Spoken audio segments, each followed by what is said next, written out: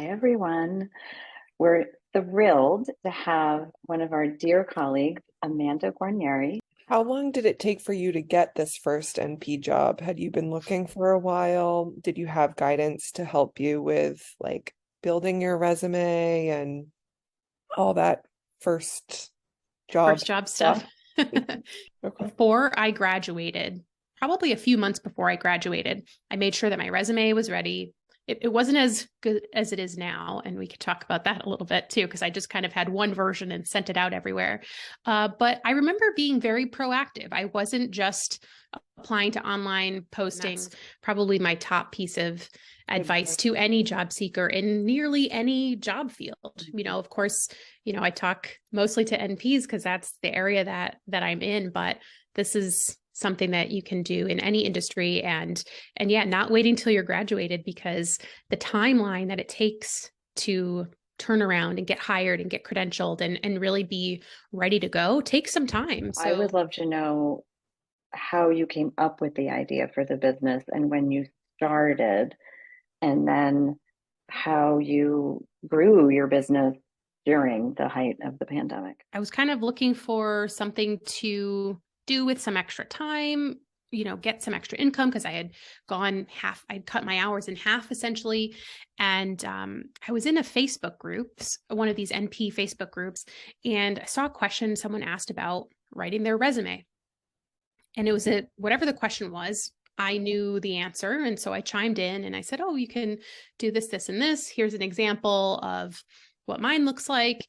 And it got really great feedback. Like whoever had posted it thanked me and got some other comments. And so this kind of seed was planted. And I thought, I wonder if this is a potential, business or income opportunity. And so I only made that one post, and I ended up having this like steady stream of inquiries because of word of mouth. Like they just kept recommending me, or people were finding the post, whatever.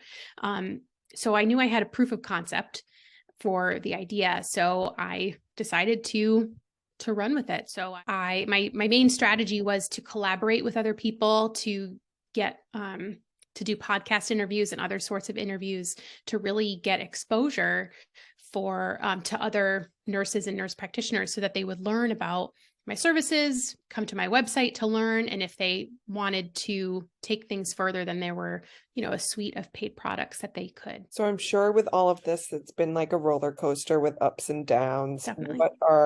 What are some words of advice for anyone that is on this maybe entrepreneurial journey? You have to kind of build your business around figuring out what your baseline is going to be, like being really solid with your budget, but also being able to try new things, and kind of having a squad of people to help, I think, is probably my top piece of advice. So I have hired mentors. I have been in group programs. I've paid for courses. I have a business bestie, Liz from Real World NP. Everyone knows her. She and I talk almost daily and really help each other on a peer mentoring perspective. And I would love to know about your team. Like, at what point did you realize, like, oh, it's because you had said like you wanted to template as many things because you had a cap on your time. And then at what point did you realize that you needed to get some help? And how did you think about what kind of skills that person would have, and then how it sort of grew from there? And I'm curious why you're doing less social media now, because I feel like as an entrepreneur, it's like social media, marketing, blah, blah, blah, blah, blah. So it's interesting to hear that you're cutting back on these things. Yeah, I think it's really important. You need to validate your idea, right? If you have an idea for a business or a product or a service, you want to make sure that you're not the only person who thinks that it's a good idea, right? You want to make sure that it's something that that there's an audience for, that you can find the audience, and that the audience will pay for it.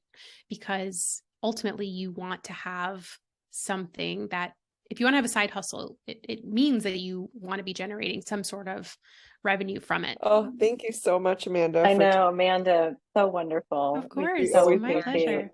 So much from you, and I know that our viewers will love this because I think everyone is thinking about a side hustle. They just I think so. I aren't love a always side sure how to hustle. get going. Yeah. That's my kind of challenge to anyone who's listening or watching. Share with somebody, even if it's just yourself, like in a journal on a piece of paper. Share with somebody that you have this idea. Don't be afraid of it, and see where it goes.